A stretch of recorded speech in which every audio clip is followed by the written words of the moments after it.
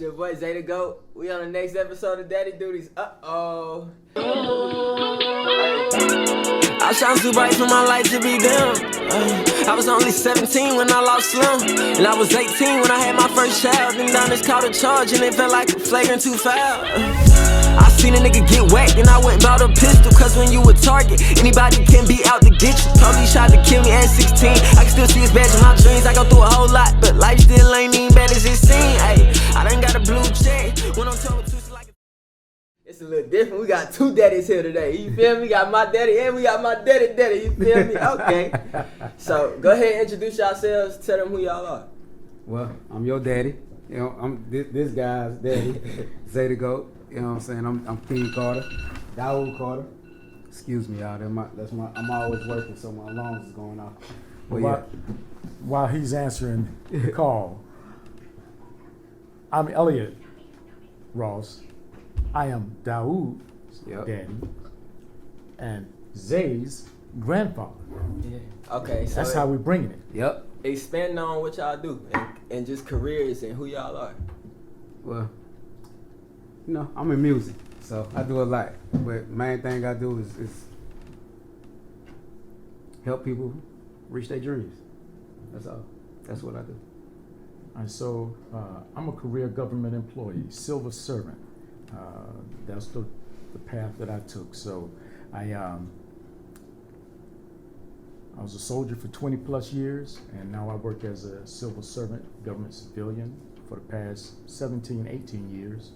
And that's what I do. That's what I've done to help support us. Okay.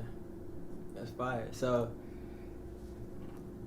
before I go ahead and get into all the questions, tell them where you coming from. Okay, as far as location? Yeah. All right, so I am here from Germany. Actually flew in from Munich, Germany. That's where I currently live. Charlotte is, of course, my home. This is where it all started for me. So that's what side? Tell them, make sure you tell them what side. I'm West Side for life. There's no doubt about it. This is where I grew up. As a matter of fact, the neighborhood, Double Oaks, is where I grew up at. Oh, word. So okay. That's what's up. And proud of it, never deny it. Okay. Now, the question I got for both of y'all is, what's the best part about being a father? The gratification of seeing your kids live their dreams. That's the best part. That's the best part. And just that love, that joy. And the grandkids that I got. Oh my God. So the joy, this is the joy. I'm living it right now. Sitting here at the table, this is something that I could not have envisioned 40 years ago when your father was conceived. Yeah.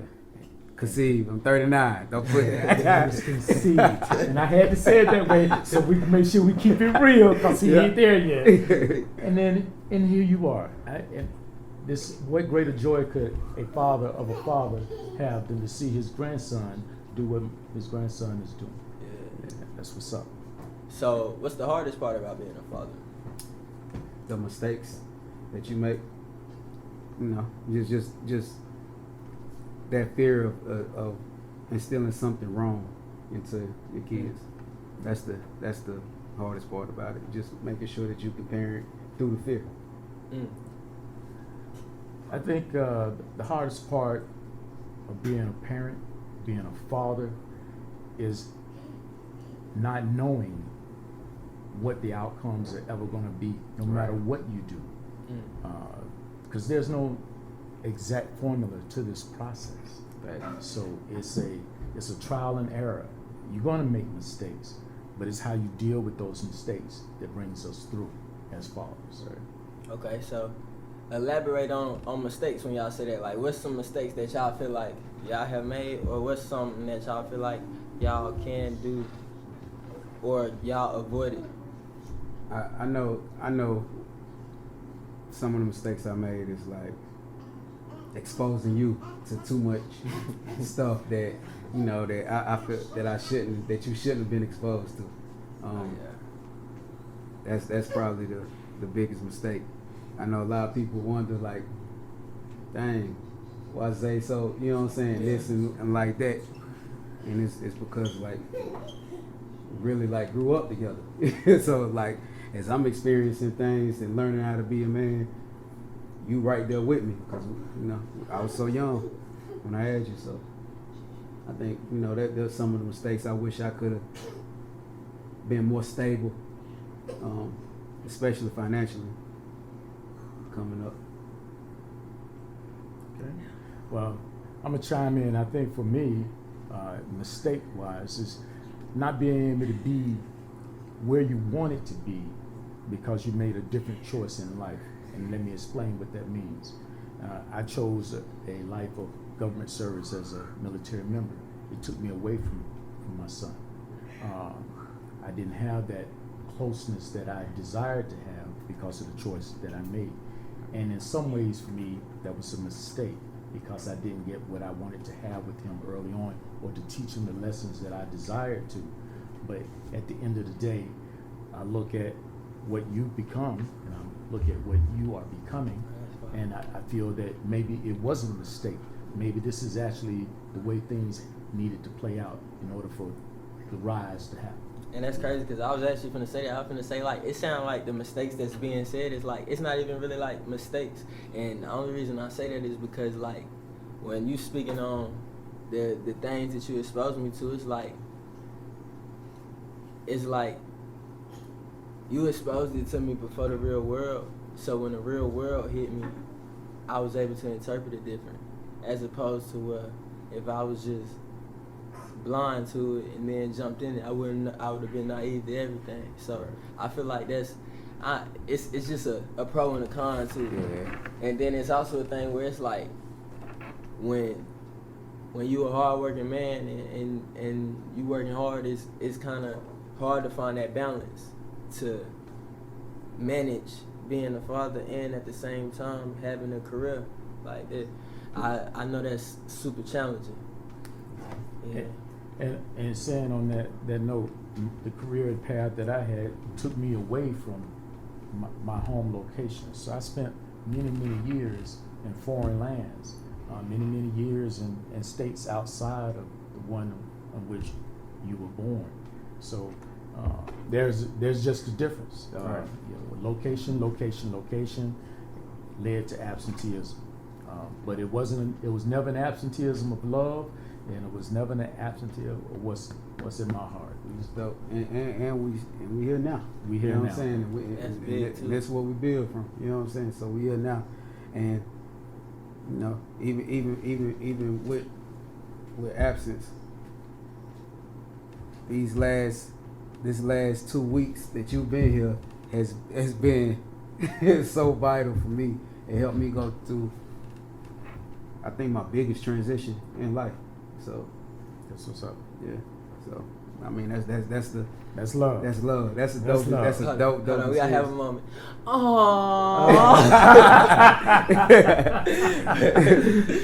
My question though is, okay, so what's one of the funniest stories you have as a father? Like, me is one of the funniest things is you. When you was outside, we was all outside over there on Hookset, and my boy Aja had my boy Aja had his brand new Lexus that he was showing, he was flashing. He was like, man, look at my new car. I just, brand new Lexus. GS, one of them things I'm talking about, like, oh man. And Zay jumps into my old school pink Cadillac, playing around, driving, and switches it into gear. But you can't just tell him pink Cadillac. You gotta tell him what kind of pink Cadillac. My 1966 DeVille, pink Cadillac DeVille. With a Pink Panther on it, too. Don't forget this part, too. On them things. And he jumped in the car, he was playing around. Everybody out there talking, we letting him play around.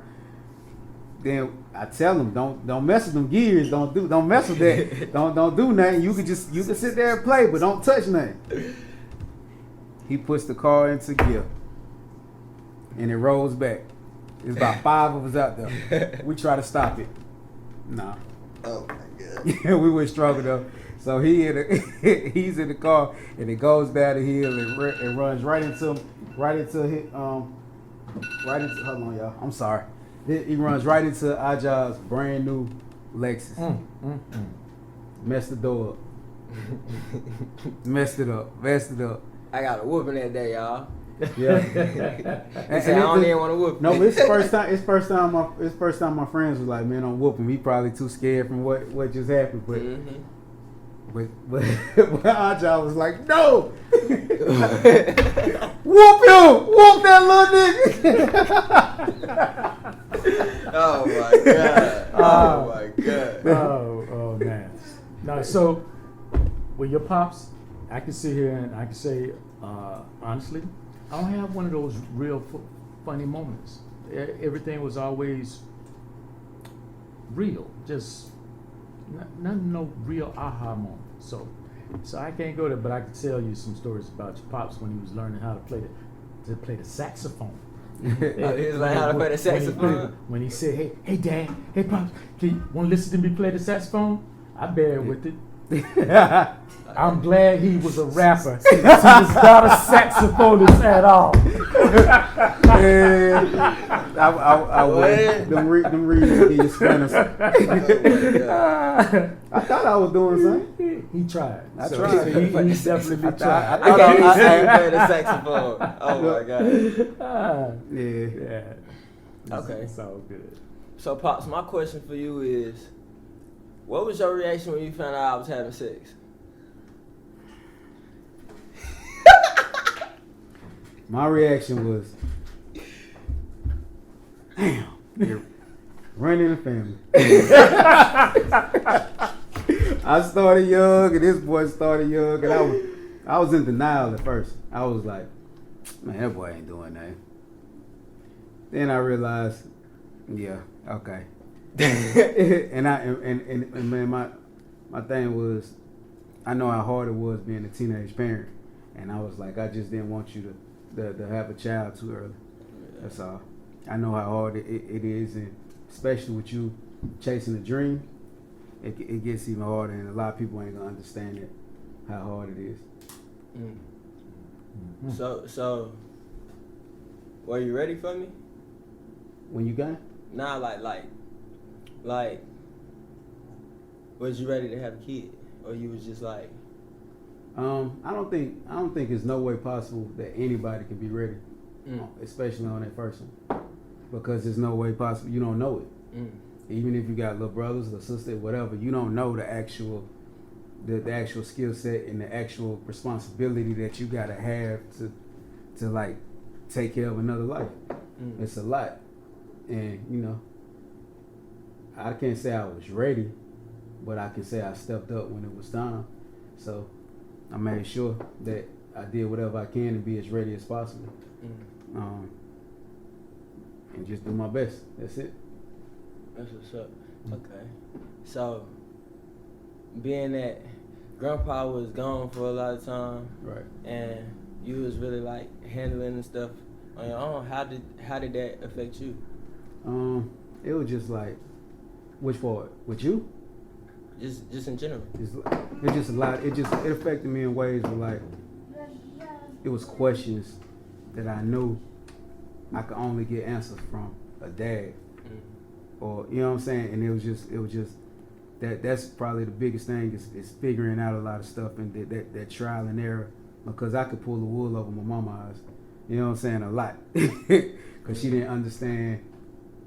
Y'all know, like you try to do it all the time to me. Like I know what's going on. You know what I'm saying. Even though some things I let you learn on your own and might turn a blind eye to, but I know. You know what I'm saying. And it's like a man know a man. You know what's going on, and I understand the struggle. I understand what things that you are gonna have to learn on your own, and what things that you know what I'm saying. I can try to what potholes in the road I can try to help you miss.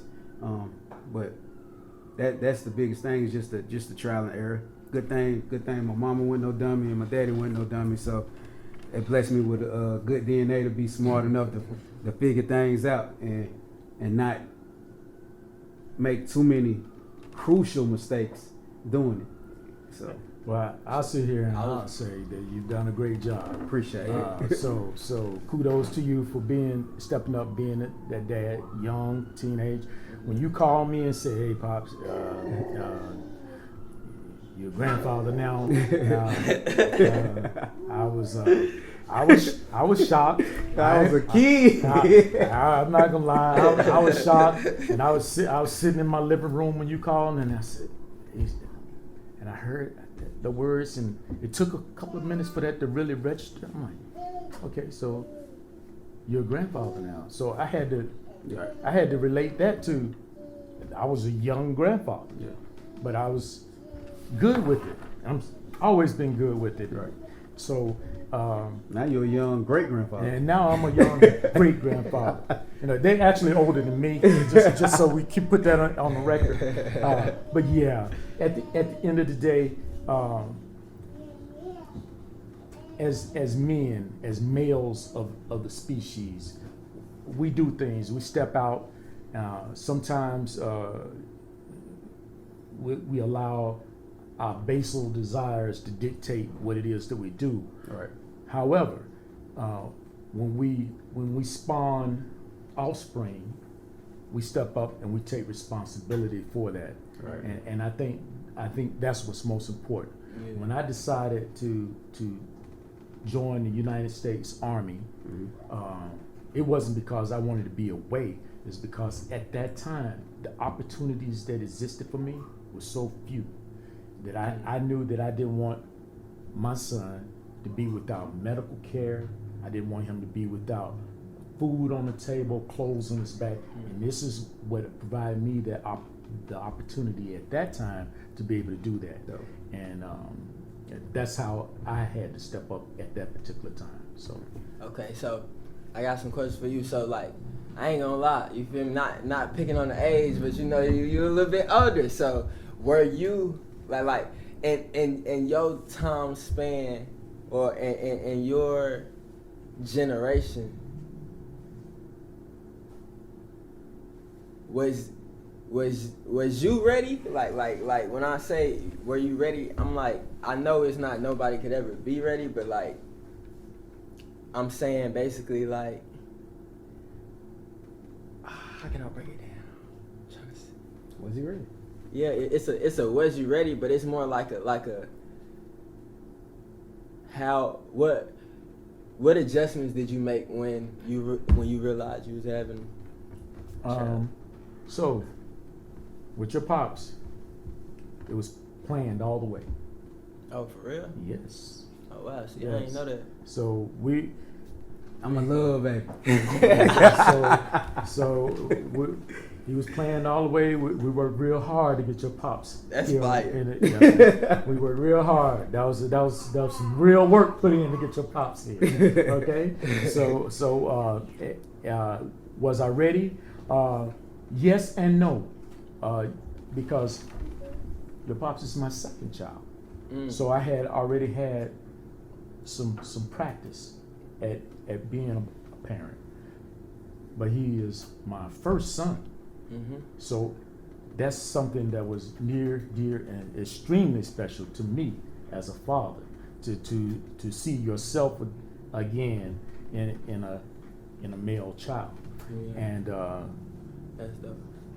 to bring it all the way forward, yeah, I was ready for him to be here, but what I realized I wasn't ready for was the additional expense that a second child puts on me. So I don't think nobody ready for that. So that was another I would say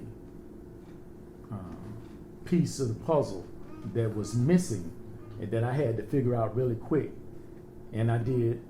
But it took me, like I said again, that took me away. But it did provide the resources that were needed to ensure a nice, healthy upbringing. Nah, that's fire. And one thing I want to say, it ain't even no question. It's like I wasn't ready for neither one of my kids. I ain't gonna lie, but I had to get ready like that. It definitely you gotta adjust real quick. It's crazy, but it's just different. It's different. I didn't realize how much of a responsibility or just how much of how hard it is to even be a father. And then I feel like also that's why I started this platform, because it's like I feel like as men, you know, like we keep everything in, or we more like when it come down to feelings, like we more closed off. And I think that's something where if we become a little bit more vocal and actually like showcase our feelings, but in a manly way where we can get our point across, I feel like that'll help other fathers in the community as well. I commend you. You know what I'm saying? Like this is a dope platform. I see you with my grandbabies, and I just be amazed. It's a beautiful thing. It's love. I know the struggles you go through with with their parents. I mean their other parents, their mothers, and I know what you're doing. You getting your voice out there, and you letting it be known that you know you a dad. And that brings me to my next question.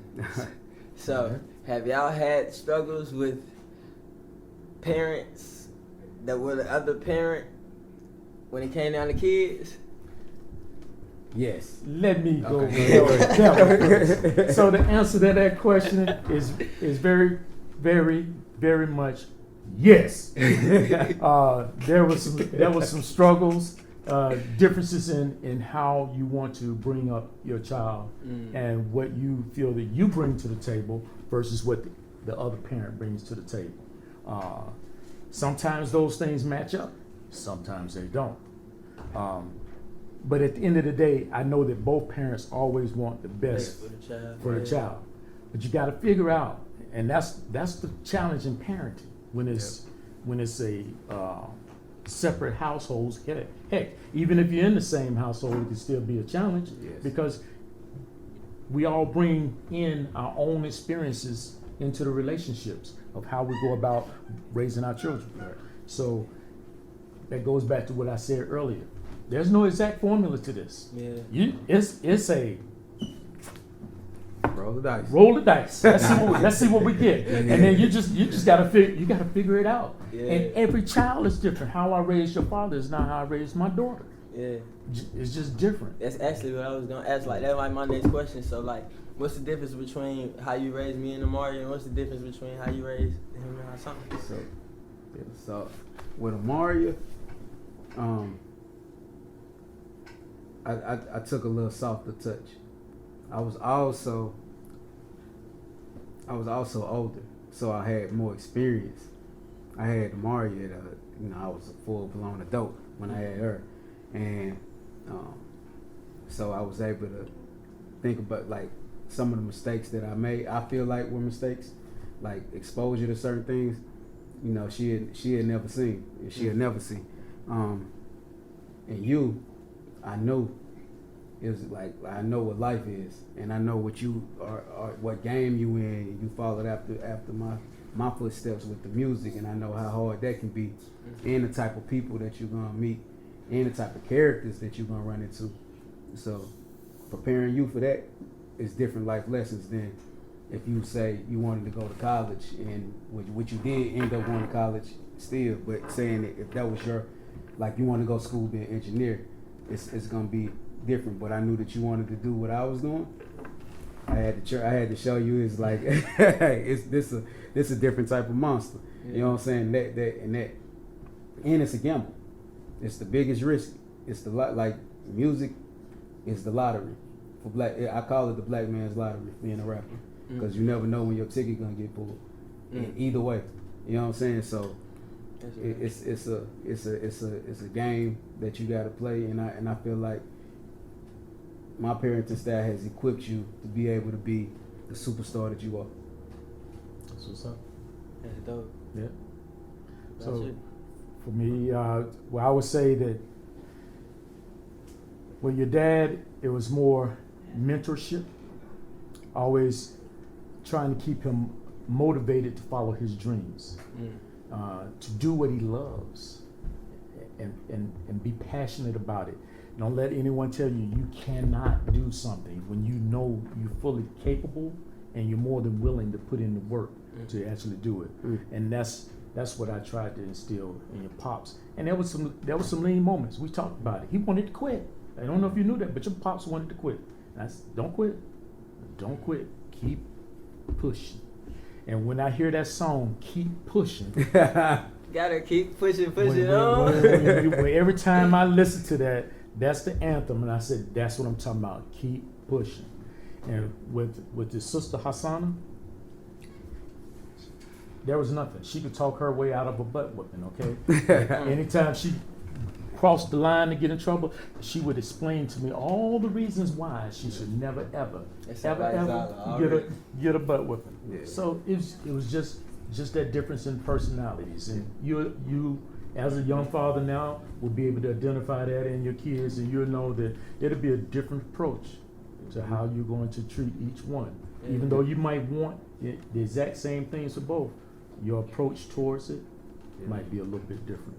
Because with Nasir, it's things that the way he's gonna be raised is totally different, because you and Amaria were in the household with me a lot.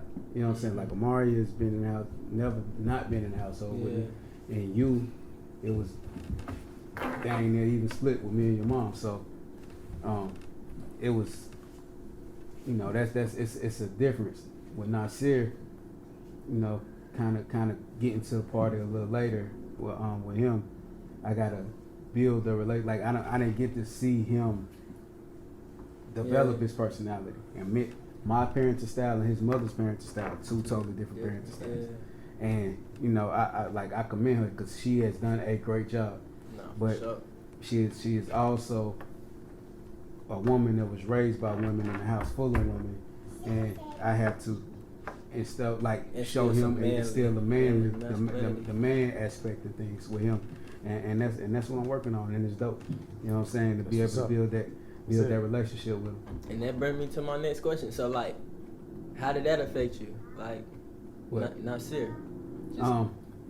I think I was finding out about him was different. It was I was at a place in my head mentally where I'm like, new 15. Zay You feel like you almost done. Oh, I'm about to be done. I'm still young. I'm about to go have some fun. And then Monet hit me with the not so fast.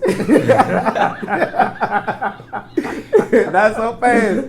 So, and then also the financial responsibility too. Like it's just like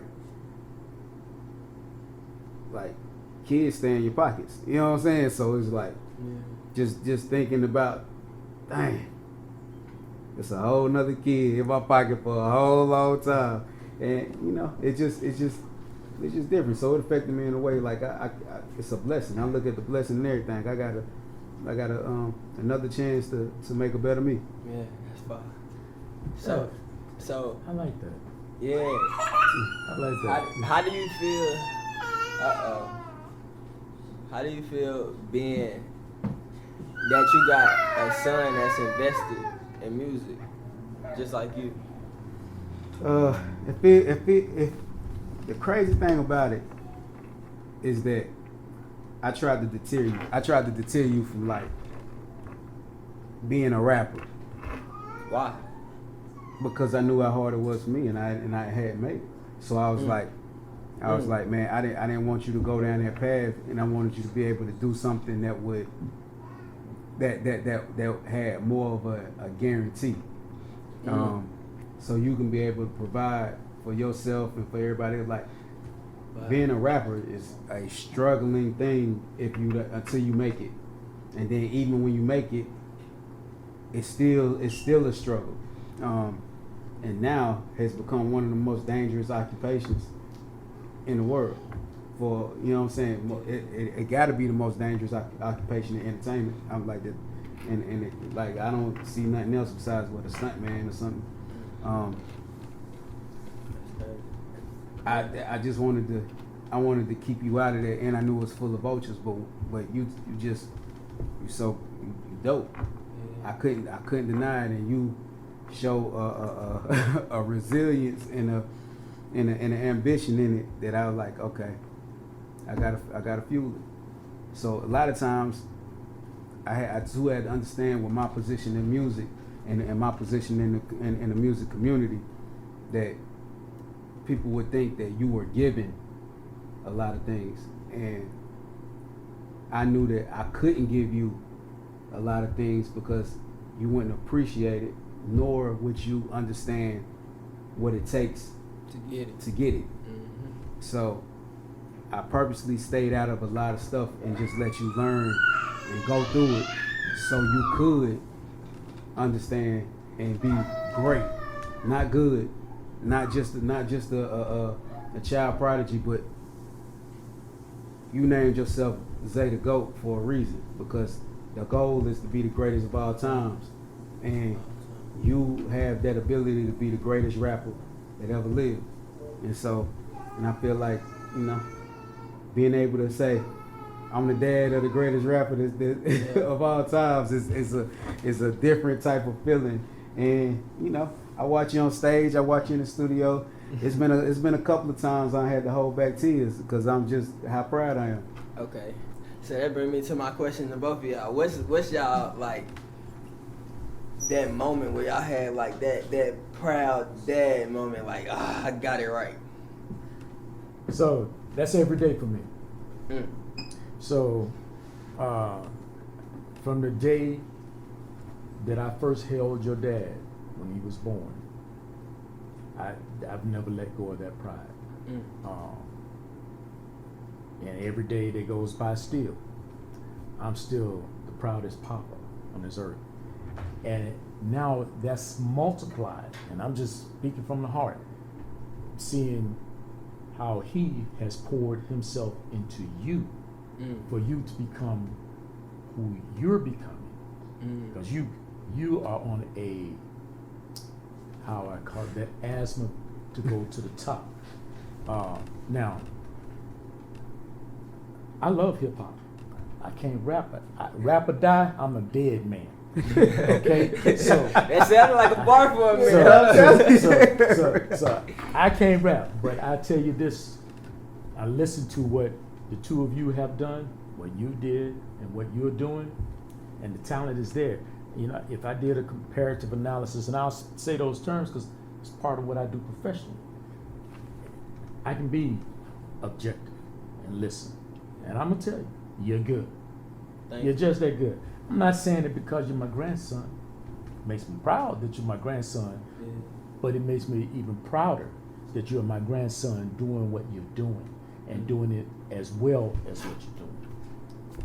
That's what I want to say. What was the question again? What was like your first proud dad moment? So that's my proud dad moment. Proud to be proud. Yeah, I think I gotta agree with the every day. The every day. But it's also like the moments where, not saying old enough to do it yet, but you and Amaria both give me advice. And that's different when you can listen to your kids and know that they got a perspective that's different from yours, and you can actually take it in, and it's like, dang, the knowledge that I put in them, the things that I instilled in them, they returning back and they bringing me back to reality on things that I might have lost, and it's dope because it's super dope. So like that's why that's a good way to put it. Yeah, the way I can talk to y'all is like, okay, all right, and you, hey, Zay, what you really think about this? You know what I'm saying? Like, and you could tell me and be honest with me and tell me what I'm tripping, what other things other people are tripping, and be able to analyze it and do it without bias. And it's dope. I think that's the dopest thing ever. So, you know, since I'm sitting here with my son, my grandson, I got a question to ask if I can. Go ahead. Since these are daddy duties. These are daddy duties, right? Mm-hmm. So, as young fathers, we all were young fathers. Right. I was a little bit older than either one of you when you first had children. I was 21 when the first one was born. Right.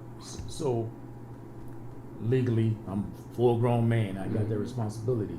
However, it still was a challenge. So my question is, now that you know how to begin parenting,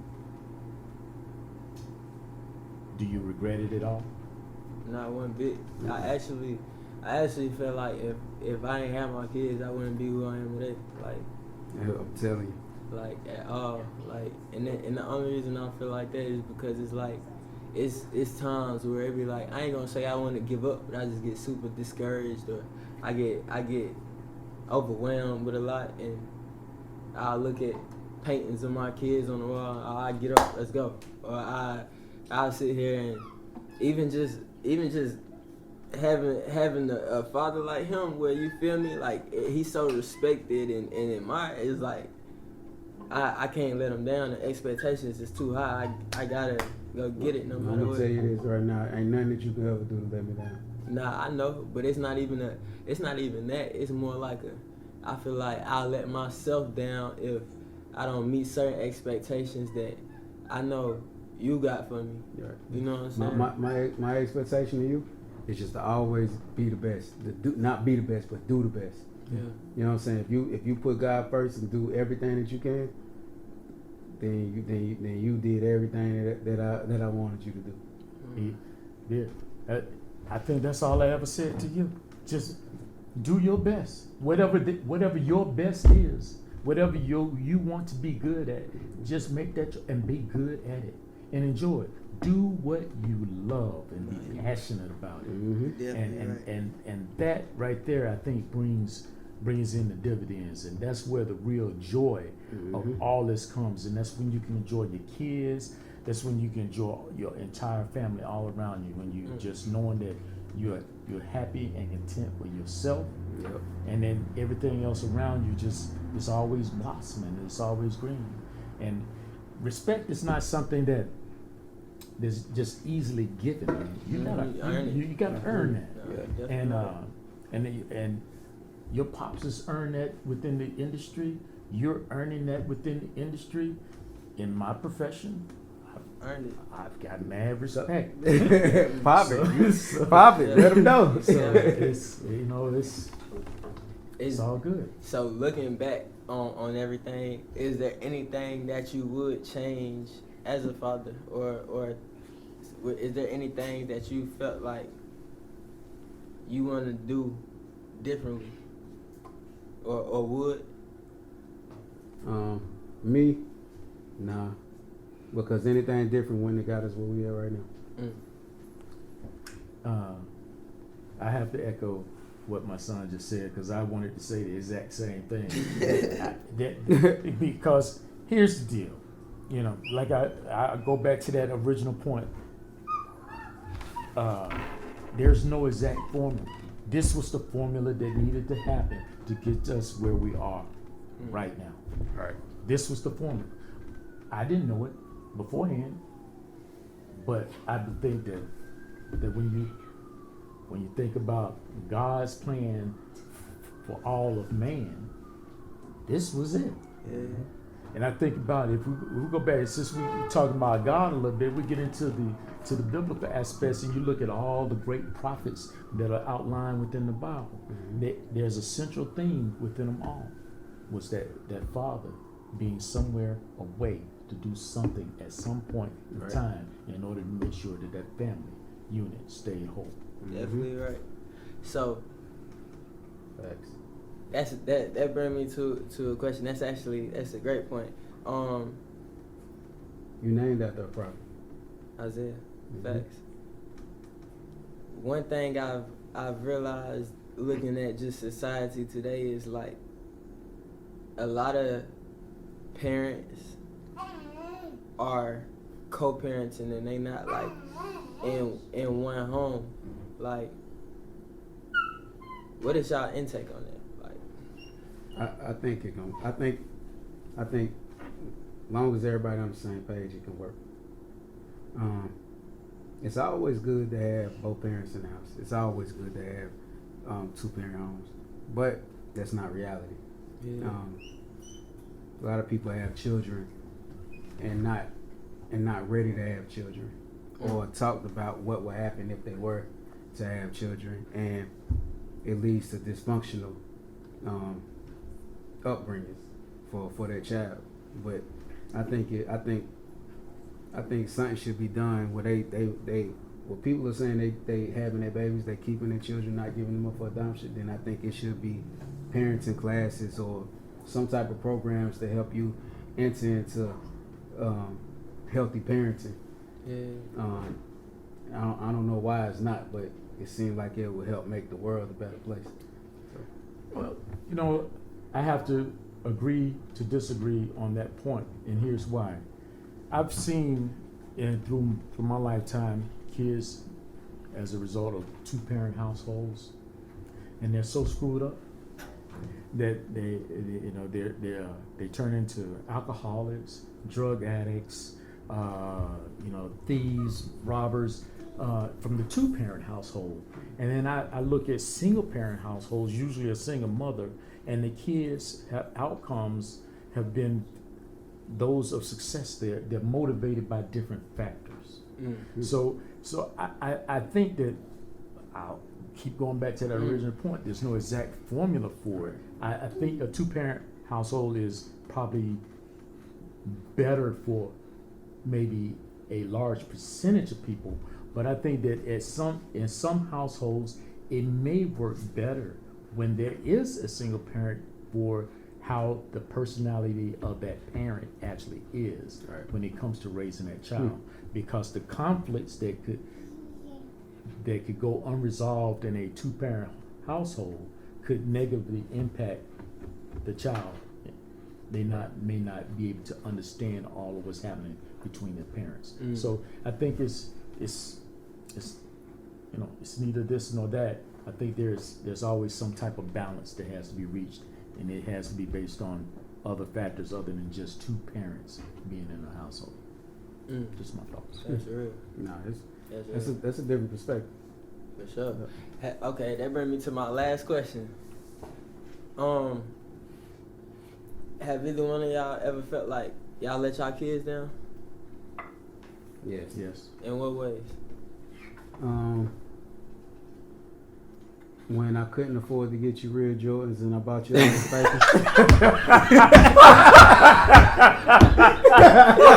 Hey, them cats kids was picking on me in school, man. When I finally got my first pair of real Concords, they thought they was fake, man. I was so mad. Hey, I'll never forget that one. So I definitely felt like I let you down right there. I think a lot of times I felt like I let you down on things that more materialistic, like not being able, because I just wasn't in a position to provide it, and things that I wanted you to have and that other kids had. I think that was my biggest thing, and it was my biggest motivation to get out here and hustle and make sure that I can do it. You know what I'm saying? And I think when I reached the point, I think I done made up for a lot of stuff. Yeah, for sure. So for me, the question was my biggest. Have you ever felt like you let your kids down? How? Well, I feel like I let your father down just a little bit when, while I was still serving in the Army, and I wanted him to live with me and travel the world with me, and I did not fight hard enough to make that happen. So if there's anything that I kind of disappointed about my parenting, was I really wanted my son in my household with me, and I didn't have that opportunity. So That's so dope. It's an honor just to have 2 of it's the generation. It's just so dope to me. Like I ain't gonna lie. You know what else dope? What? 12-3, 12-13, 12-23. 23. We all 10 days apart, and we all got just the numbers 1, 2, 3, Nah, that is crazy. and our birthdays. Yes, indeed. Yeah. Well, that wraps up Daddy Duties. You got Zay the Goat. King Carter, Daoud King Carter. Elliot Ross. And Zay the Goat. Yee! We doing the pose. Yes.